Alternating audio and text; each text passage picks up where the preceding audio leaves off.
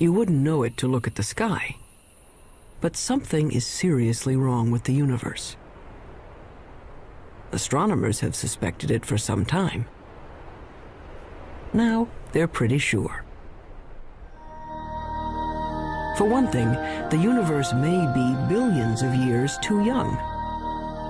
For another, part of the universe has been missing, a big part. Fact is, there have been several discoveries recently that threaten to topple our understanding of the universe like a house of cards. Scientists generally agree that the universe is very, very old. But now there's a theory that it may actually be younger than it looks if you look closely enough. What in the world is going on with the universe? Astronomers have found, calculated, or conjured up outlandish, appalling things. Whispers from space left over from the moment of creation. Dark stars, dwarf stars, stars that eat each other. Stars clumped in galaxies, and galaxies clumped in larger, stranger structures. Only recently have we even begun to understand the scale of it all. We have discovered things so small. At a 10 millionth of a trillionth of a trillionth of a trillionth of a second is the earliest time we can really talk about. And expanses so vast. That's expanded by a fraction of a million times a trillion times a trillion. The researchers need a special notation. A billion times a trillion degrees. To write out the incredible distances and magnitudes involved in understanding the universe. Suppose we were to begin with Peoria. Peoria is the center of the universe.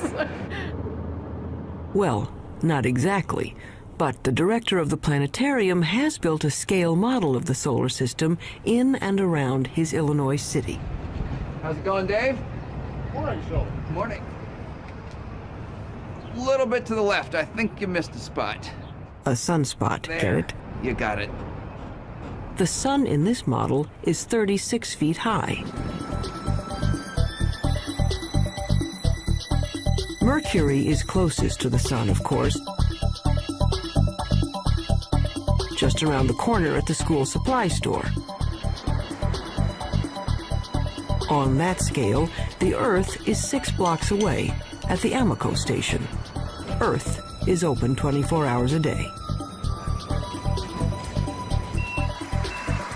And Mars is 7 blocks beyond Earth at the TV station. Mars has life, or at least television reporters. Pluto is smaller than a golf ball. It's a full 40 miles out of town. And if you think rural Illinois is empty, try the universe. The 40 miles to Pluto, on Peoria's scale, represent 3.5 billion miles. On the same scale, the nearest star, Proxima Centauri, would be as far from Peoria as the moon. This isn't helping, is it? Okay, forget Peoria. Our sun is bright because it's close, just 93 million miles away. Stars are suns, but farther away. The nearest star is 25 trillion miles away, so far that light from Proxima Centauri, light, the fastest thing in the universe, takes 4 years and 4 months to get here. They say the star is 4 1/3 light years away. Our sun is just one of the billions of stars in the galaxy we call the Milky Way. How far across is the Milky Way? Real far, 100,000 light years. And the Milky Way is just one of some 50 billion galaxies. It's 1 million light years to the nearest galaxies and tens of hundreds of millions of light years just to cross our galactic neighborhood. It has been said that someone looking at the universe is like an ant contemplating a skyscraper times 1 billion. So what human beings have done is bring the lights in the sky down to Earth. They've personalized the stars and named them like they name dogs and horses. This grouping of stars in the southern sky is known as Orion. The shepherds in ancient Crete decided it looked like a hunter armed with a club and carrying a shield made of lion skin. Cretan shepherds had great imaginations. we know what we know today about the universe? Well, we've been trying to understand it for a long time. The awful majesty unveiled by night has, down the ages, stirred us to wonder and worship. Prehistoric astronomers used elaborate monuments to mark the sunrise and the sunset. By 300 BC, Aristotle taught there were transparent globes around the Earth, on which were mounted the sun, moon, planets, and farthest out, a sphere studded with little stars. As late as the 16th century, most still believed the Earth was the center of the universe. There were a few people, like Copernicus, who thought the Earth circled the sun, but not many. Then, in 1608, an Italian named Galileo heard that you could make a spyglass with two lenses in a tube. He built one and aimed it up. It was not until Galileo perfected the telescope around 1610 and pointed it at the Milky Way that he was able to say that the Milky Way was just millions of stars.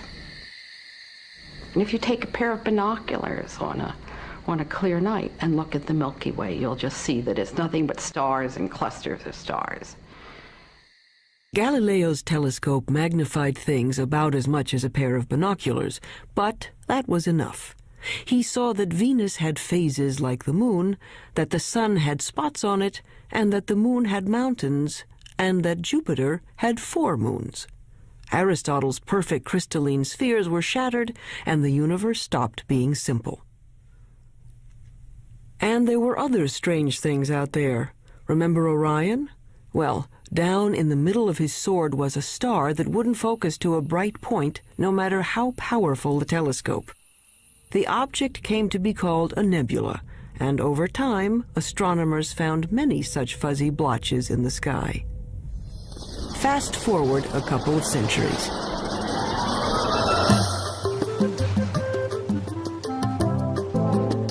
By 1924, the big astronomical telescopes had mirrors as well as lenses to concentrate the light.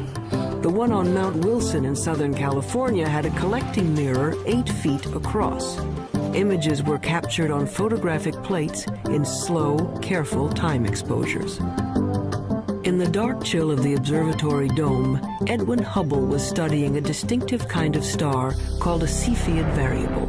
Astronomers use it as a distance marker because they know how bright nearby Cepheids are. They know that the dimmer the Cepheid, the farther away it is. Hubble was looking for Cepheids in his photographs when he realized he was seeing an entirely separate galaxy, Andromeda, 2 million light-years away. A lot of those fuzzy nebulas turned out to be galaxies like our own. And the light from those galaxies looked redder than anyone expected it to be.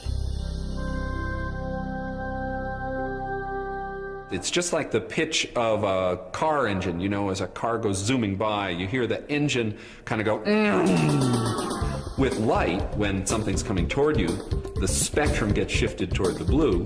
When it's going away, it gets shifted toward the red.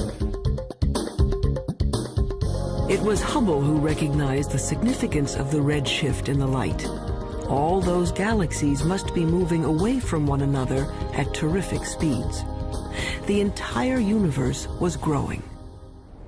The idea of an expanding universe surprised just about everyone and made a lot of scientists uneasy, even Einstein. Researchers wanted to believe in a universe that always was and always will be, eternal. But galaxies flying away from each other meant that once, long ago, they were clumped together. It meant something started them moving. The universe had a beginning.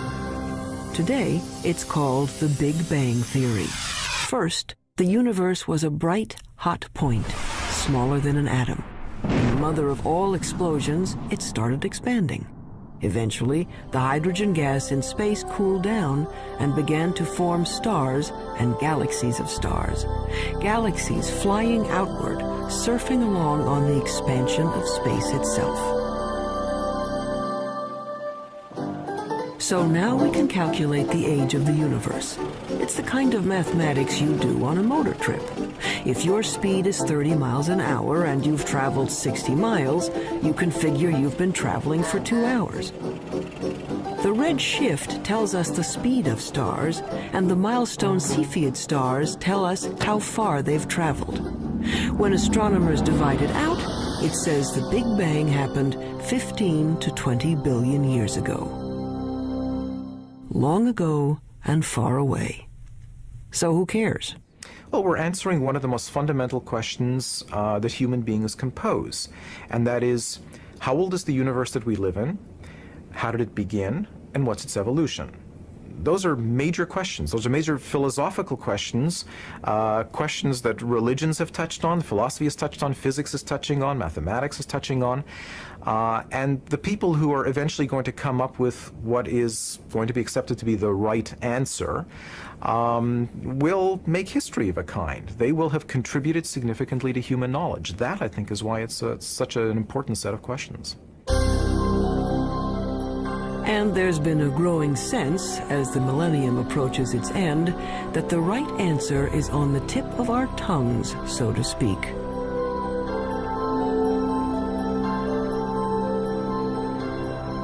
But not yet, not quite.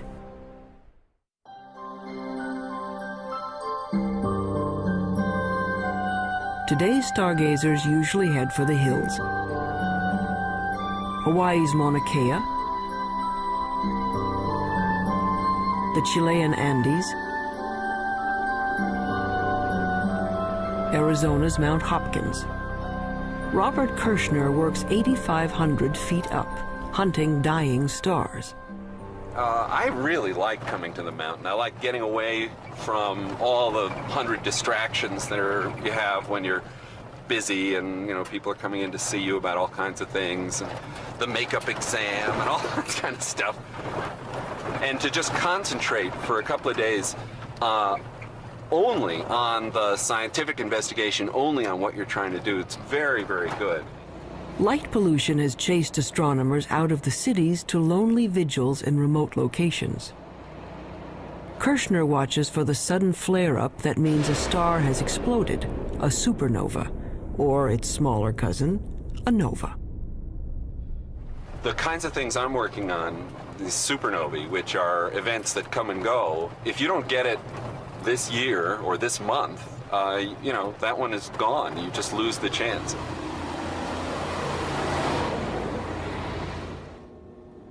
A supernova suddenly outshines its entire galaxy for a few weeks. If Kirshner and his colleagues can calibrate these cosmic flashbulbs, supernovas may prove even better mileposts than Cepheids. The game now for the supernovae, I think, is to find distant ones and to see if they really are the same as the nearby ones. Then we'll have a reliable tool to map out large-scale structure in the universe, and the supernovae, the Type 1 supernovae, look to me like a really good candidate for that. It's easy to find where supernovas have been. There are clouds of dust and gas in space marking places where stars have blown up. But supernovas are rare. A galaxy of 100 million stars might have one exploding star every 100 years. So Kirshner watches and waits. Well, the heroic age of observing has really passed. It used to be that you would be outside the whole night long, instead of sitting in a control room where a television brings the signal in and you're operating on a computer keyboard. 24. Okay, get the let's. CCD in the right mode. It's hard staying up all night. Ours good. But there's a kind of sense of adventure to it that is a little bit like being a kid and lying out in the snow and kind of figuring out the constellations. Some of that is good for you, too. Yeah, fine. Breaking in the cookies already. Oh, I can have a cookie if You I have want. 10 hours to go. Look at all those cookies. I have one every half hour. I'll need the whole. In this era of digital cameras and electronic light amplifiers, men are still watching the skies and craftsmen are still grinding telescope mirrors. Like this 21-foot monster under construction at the University of Arizona. But one thing hasn't changed much in 400 years. astronomers are still battling their ancient enemy, the air. Starlight shimmers and twists as it passes through our atmosphere. The twinkling of the stars may be a delight to poets, but astronomers are trying to get rid of it. What we can do is shine a laser into the sky. We focus on some sodium atoms, which are at about 100 kilometers above the surface of the Earth. We can make those glow with the laser and create an artificial star, which is sort of directly in line with the very faint object we want to look at. And then if we measure the blurring of the artificial star and correct that, then the faint object we really want to look at is corrected as well. And we have liftoff of the Space Shuttle Endeavour. But until that technique is perfected, astronomers have another way to take the twinkle out of the stars. All they have to do is put the telescope above that pesky atmosphere, in orbit. In 1990, NASA launched a space telescope and named it for Edwin Hubble. Unfortunately, its mirror was made wrong and its first pictures were blurred. Astronauts had to go up and fix it. Let's go fix this thing. We copy. Move it out of the sun a little bit. We had a good aliveness test. Outstanding. Houston, Endeavour has a firm handshake with Mr. Hubble's telescope. We copy that, Cody, and there are miles galore down here. It could be real exciting for the astronomical community, I guess, and for the whole world to see what Hubble really can do with a good set of eyeballs. The out-of-focus pictures gave way to spectacular shots of interstellar dust clouds and the great galaxies of stars.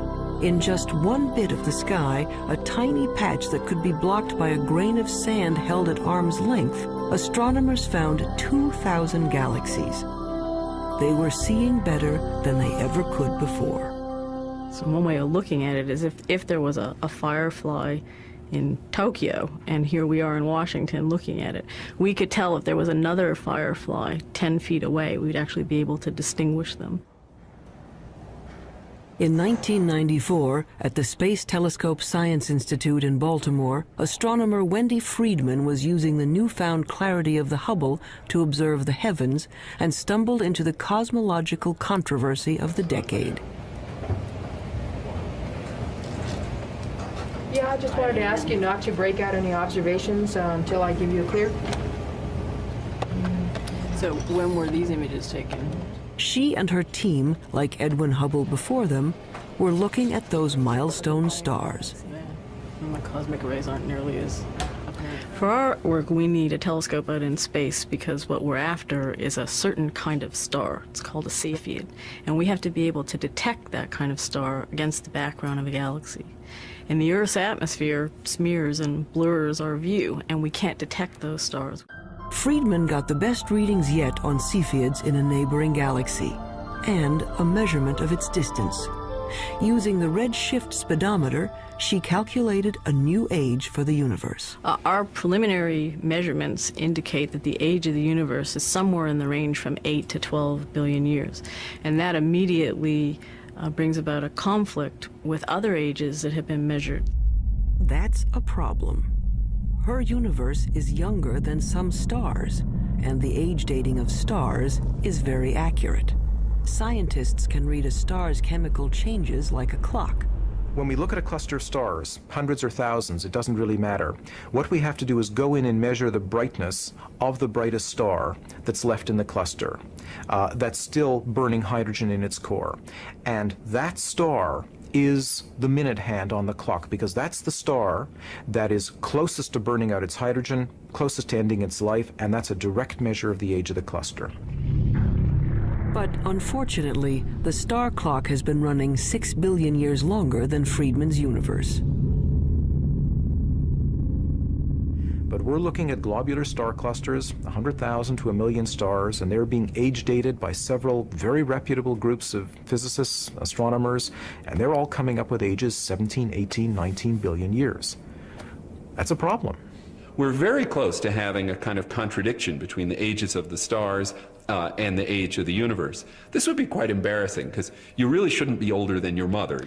Clearly, if the universe is 10 or 12 billion years old, then there can't be stars in the universe that are 15 or 17 billion years old. That's not logical, at least if the entire Big Bang theory is right or even close to being right.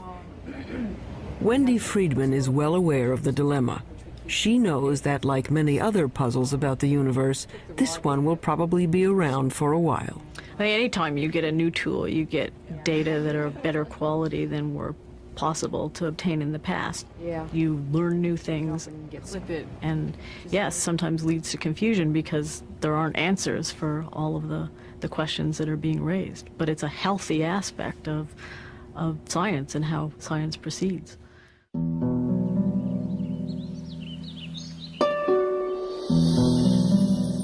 There's more to the universe than meets the eye. We can see only a small part of what's going on out there. What we call visible light, the rainbow from red to violet, is a small slice of a larger spectrum. But there are other ways of seeing. With the right technology, you can look at the world and everything from X-rays to infrared to radio waves. In the last few decades, the new tools have brought a previously hidden universe into view.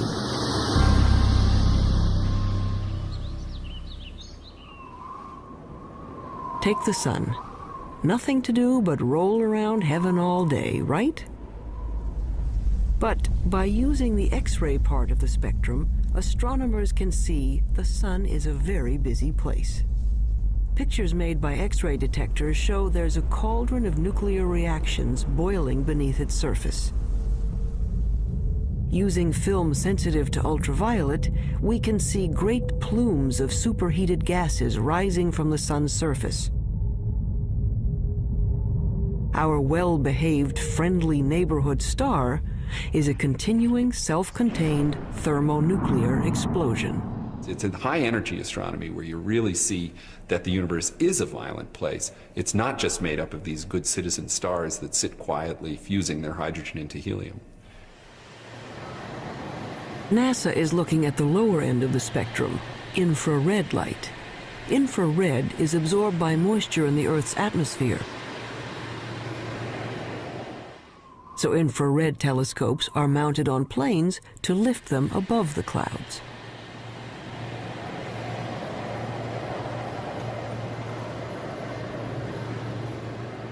Just like fog lights on your car will enable you to see deeper, in the infrared you can see deeper into the universe. We warm human bodies shine in the infrared. Anything at my temperature in the universe is emitting planets, comets, other bodies.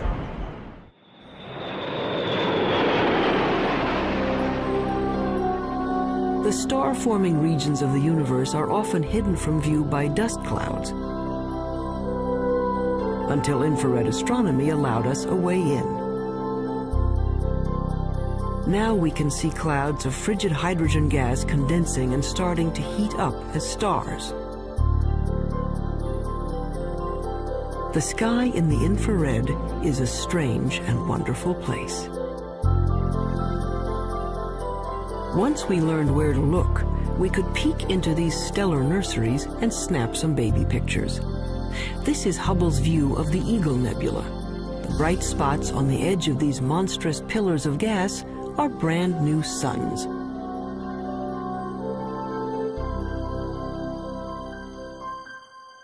But as spectacular as the pictures are, scientists owe much of their understanding of the universe to radio static, a whisper from the sky. If you're listening to the universe with a radio telescope, it would mainly be a hissing sound. It sounds like steam escaping from a radiator. They heard it first by accident. In 1965, researchers at Bell Telephone Laboratories had built a powerful listening station to hear signals from the first of America's communication satellites. But they were distracted by an ultra-low frequency hiss from everywhere in the sky. What they were picking up was energy from the bright flash that started the universe, an echo of the Big Bang itself. Radio astronomy was the second big window we opened on the universe. The first big window was Galileo going and putting a telescope to his eyes and seeing if he could see with his own eyes, and then with film eventually. The next big step was radio astronomy. It's a great step forward in terms of discovering new things and understanding new things. The discovery of the cosmic background radiation was a fatal blow to those who wanted to believe in an eternal universe. The Big Bang proponents had won.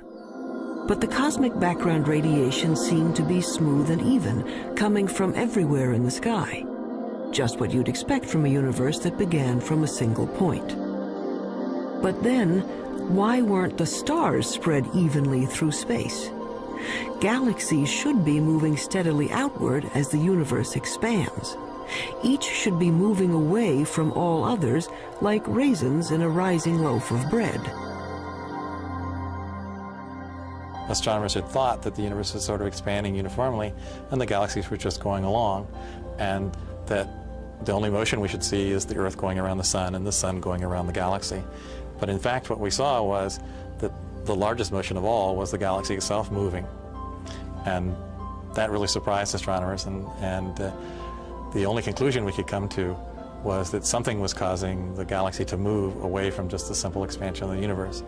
And after thinking about it for a while, our conclusion was that there must be a large group of galaxies near us. When astronomers plot the position of galaxies in their computers, they find filaments and clusters and walls of galaxies. How could that be if radio telescopes were saying the energy of the Big Bang was evenly spread across the sky? There had to be some seeds at the beginning. There had to be some small lumps in the early universe that are going to grow to create the structure. So Smoot went looking for irregularities in the background radiation to show that the Big Bang explosion was uneven.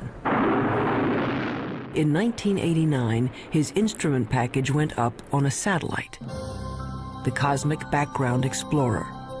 It found subtle variations in the energy left over from the moment of creation. Announced in 1992, it was one of the momentous discoveries of the century. The universe made sense again.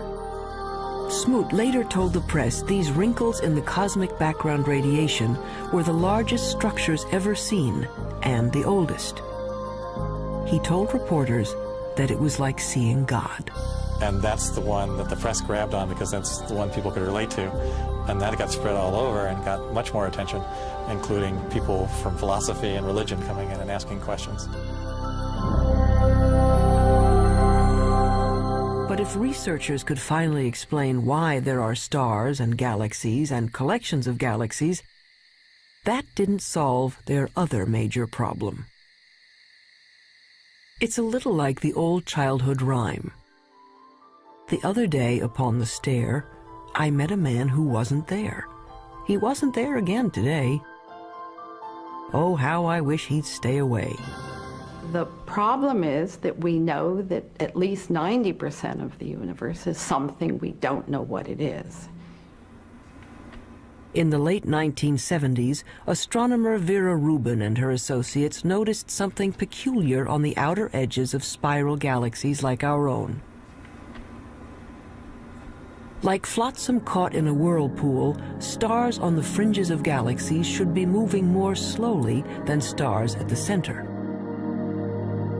But what Rubin saw appeared to defy the laws of physics.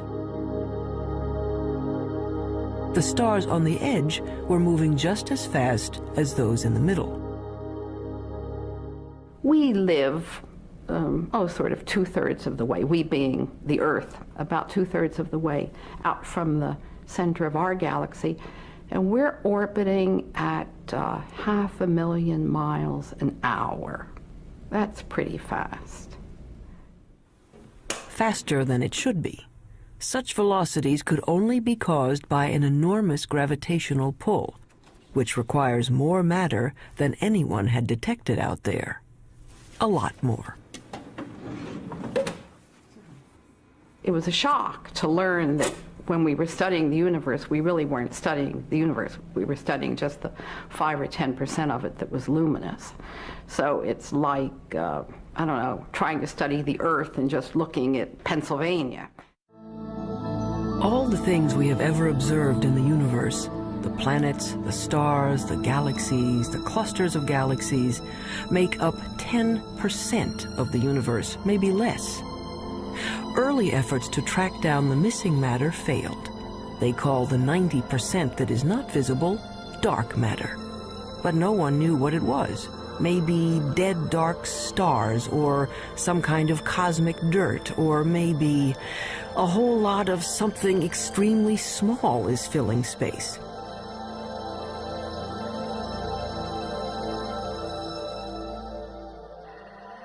Subatomic particles called neutrinos might make up part of the missing mass, but not enough. Scientists went looking for other candidates. Daniel Snowden-Ift theorizes that dark matter may be made of something physicists have taken to calling WIMPs, short for weakly interacting massive particles. These would be things smaller than atoms, if they exist at all. The only way to detect them would be to look for their footprints. It's kind of like a ghost particle. It passes through matter without ever interacting with it, or I should say hardly ever interacting with it. Every once in a while, a WIMP will come in and bump an atom out of wherever it's sitting, and that's the only indication that we would have that WIMPs exist. He's looking for elusive tracks that might have been left in billion-year-old mica rocks. Mineral mica has one of the most regular atomic structures of all, so if a WIMP had passed through it, it might have knocked some atoms out of alignment. What we're looking for is the WIMP to come in, bump one of the atoms in the mica, and that recoiling atom then produces a chemical change within the mica. In his search for the WIMPs, he splits up endless mica samples and bathes them in hydrochloric acid.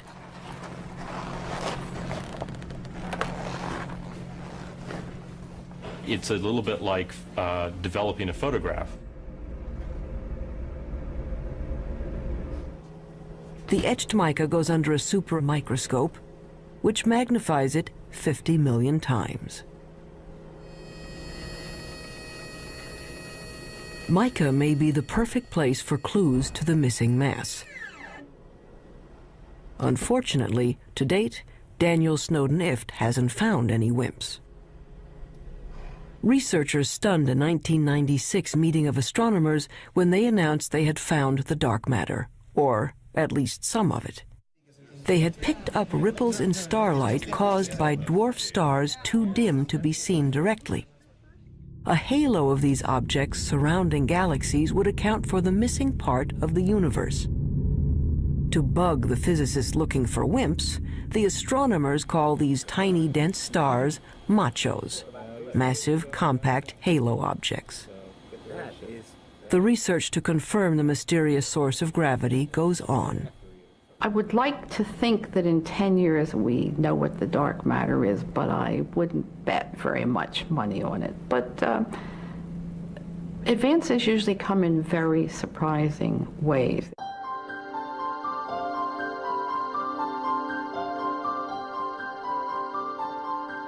Why do we care about something that we can barely measure and can't see at all?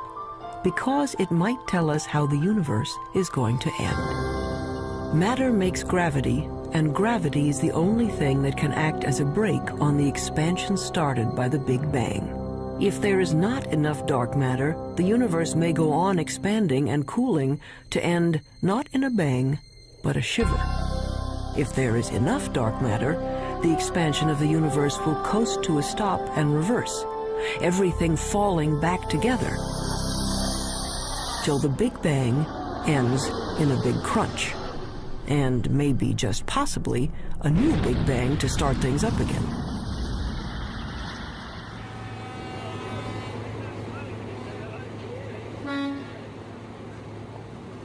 Albert Einstein, among other things, revolutionized the way we think about good old gravity. Astronomers generally only talk about one force, and that's gravity. And the reason for it is almost everything that's important on the large scale, that is on the scale of planets and stars or the universe as a whole, is gravity. From Einstein, we know that the gravity that pulled Newton's apple down from the tree isn't a kind of magnetism. Gravity is a property of matter and space. Matter bends space. The more mass, the more space around the mass is warped. That's why the moon goes around the Earth. It's trapped in a dimple in space, a gravity pit created by the mass of the Earth. When enough matter collects, gravity is strong enough to squish hydrogen atoms into helium atoms. This fusion releases enough energy to turn on a star. But gravity is also a star killer. Stars are born, age, evolve, and eventually die, just like people. They have a regular life cycle. During the entire life of any star, there is this delicate balancing act, because gravity is always at work trying to crunch the star down into a small point, and the high internal pressures are trying to blow the star up and blow it apart. And for about 90% of the life of the star is in nearly perfect equilibrium. And it just sits there, burning away and producing radiation. But when the fuel is gone and the fires go out, gravity is free to collapse the star. A medium-sized star like our Sun will burn steadily for 10 billion years. Then, in a kind of cosmic spasm, it will puff up to engulf the inner planets before collapsing into one of those white dwarf stars. A star twice the mass of our Sun would collapse even farther, ending up as a super-dense star the size of New York City, a neutron star. A teaspoonful of stuff from a neutron star would weigh 100 million tons. But what happens to a bigger star when its fires die down? Say a star 50 times the size of the Sun. It may blow up as a supernova, leaving a neutron star, but then it keeps on shrinking to infinity. An infinitely small point with a gravity so powerful that not even light can escape. There's no there there. It's a black hole. And the analogy that we have to space being stretched by the material is you have a rubber sheet and you put a ball on it and it causes a dent. Put a heavier ball, it'll cause a deeper dent. If you put a heavy enough ball, it'll just tear through the rubber sheet altogether. If you force too much matter into a limited amount of space, it'll just tear space like tearing the rubber sheet. You can be forgiven for thinking a black hole is some sort of weird science trick. An infinitely small, invisible star defies common sense. It's what happens when you use mathematics as your lens on the universe. But out here on the high desert of New Mexico, they've found that black holes do exist outside of equations.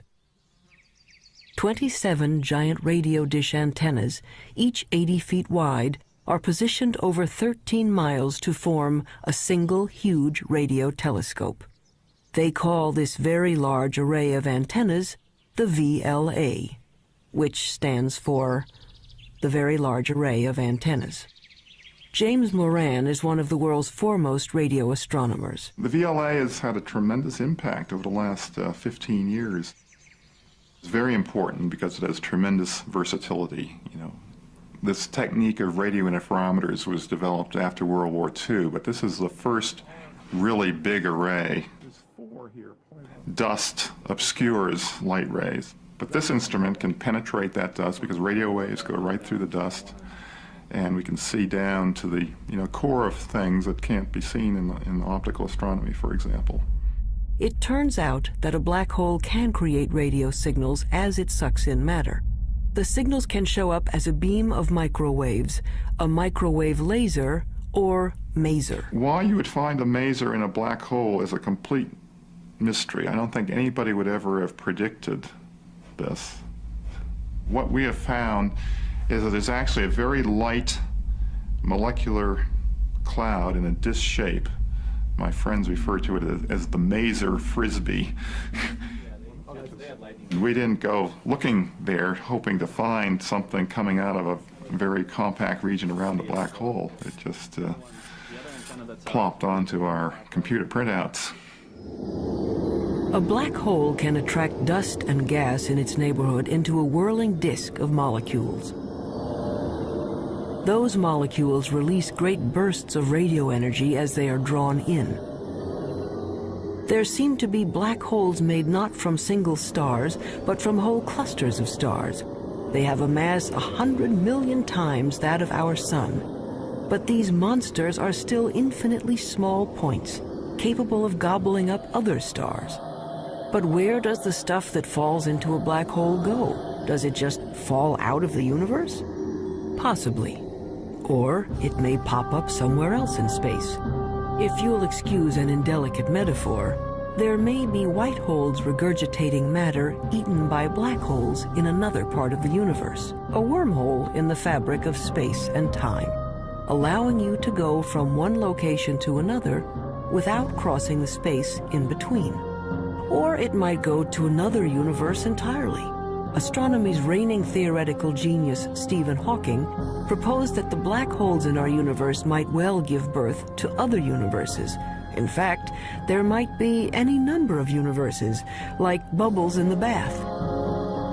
We don't know, and probably can't know. If you fell into a black hole, you'd be stretched until you were thinner than a strand of spaghetti, which wouldn't bother you because time would stop. The rules of the universe as we know them don't seem to apply to black holes. That's what happens when you start messing around with infinities. It leaves us with a universe with holes in it. A universe with a lot of room for imagination.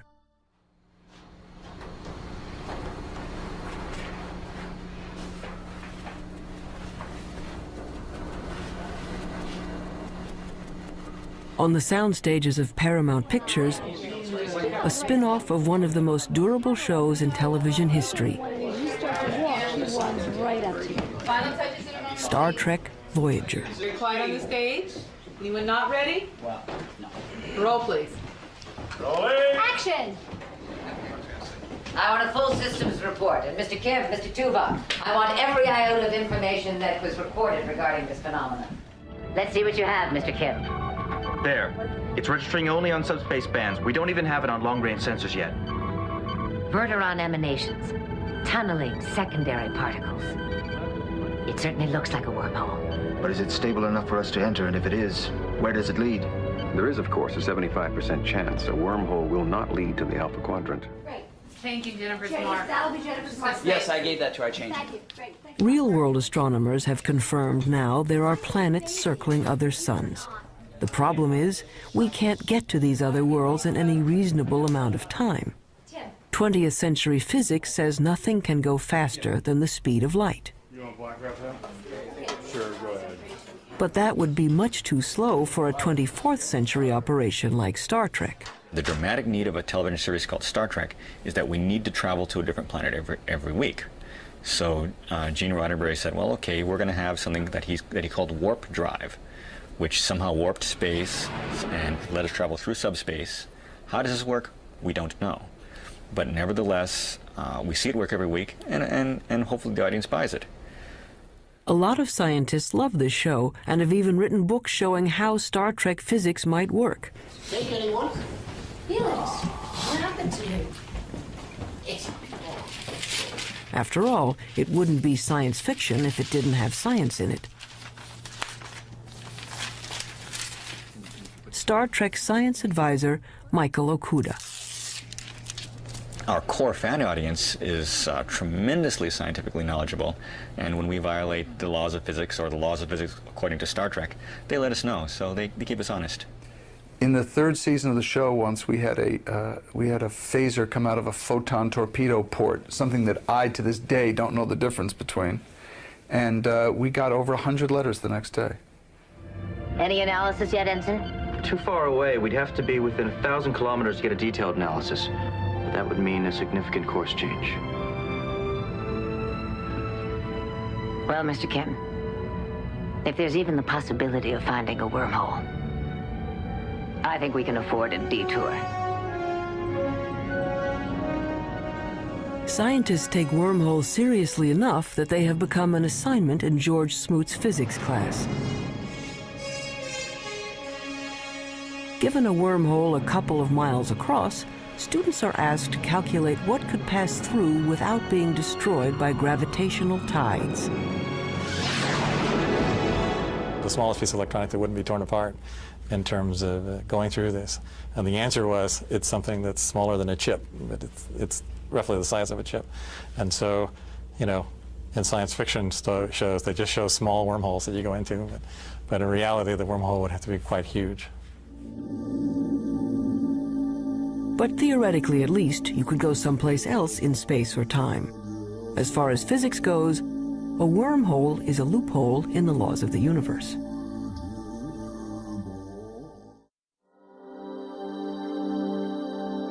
So we are left with questions. Why do some stars appear to be older than the universe?